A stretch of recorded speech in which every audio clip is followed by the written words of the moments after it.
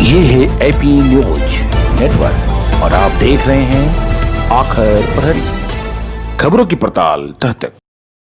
China Bharat वार के बाद अब सियासी वार भी शुरू हो गई है। राहुल गांधी पर बिहार बीजेपी ने बड़ी सियासी हमला किया है। पार्टी के प्रदेश प्रवक्ता डॉक्टर रामसागर सिंह ने मोकामा में मीडिया से बातचीत करते हुए कहा कि सेना के शौर्य पर सवाल खड़ा कर राहुल गांधी ने अपनी चीन प्रेम का ही परिचय दिया है।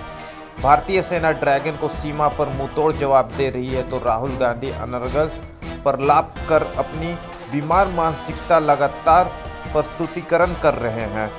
बिहार भाजपा ने राहुल गांधी की इस हरकत के लिए आगरा के डॉक्टरों को देश के हित में उनका इलाज करने की सलाह दी है। डॉक्टर रामसागर सिंह ने प्रवासी मजदूर के लिए पीएम मोदी की सराहनीय घोषणा को लोकल से वोकल और फिर ग्लोबल की दिशा में बढ़ते कदम की भी जमकर सराहना की है। राहुल गांधी जिस तरह का वक्तव्य दे रहे हैं या ट्विटर पर लिख रहे हैं, वो लगता है कि राष्ट्र हित छोड़ करके घटिया राजनीति पर उतर आए हैं। सेनाओं पर सवाल उठाना, सरकार पर सवाल उठा सकते हैं, लेकिन सेना पर सवाल उठाना ये कहाँ की राजनीति है।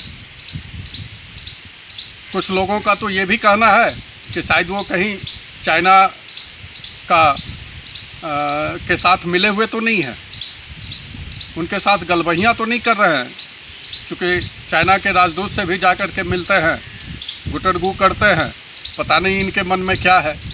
मैं तो आगरा के डॉक्टरों से अपील करूंगा कि राहुल जी को जाकर के ज़रा देख लें।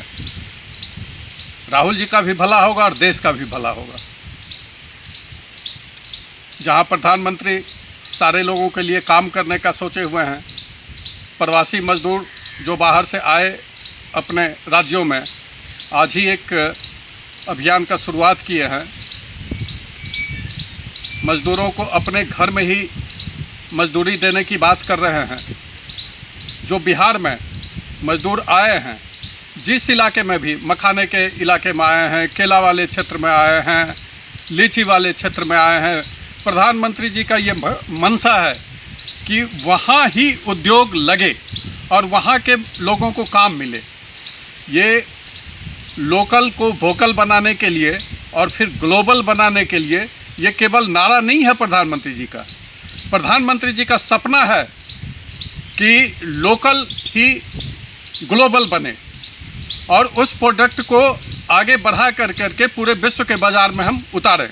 ये प्रधानमंत्री जी का मंशा है और तभी क्षेत्र का विकास भी होगा, गाँवों का विकास होगा और देश का विकास होगा।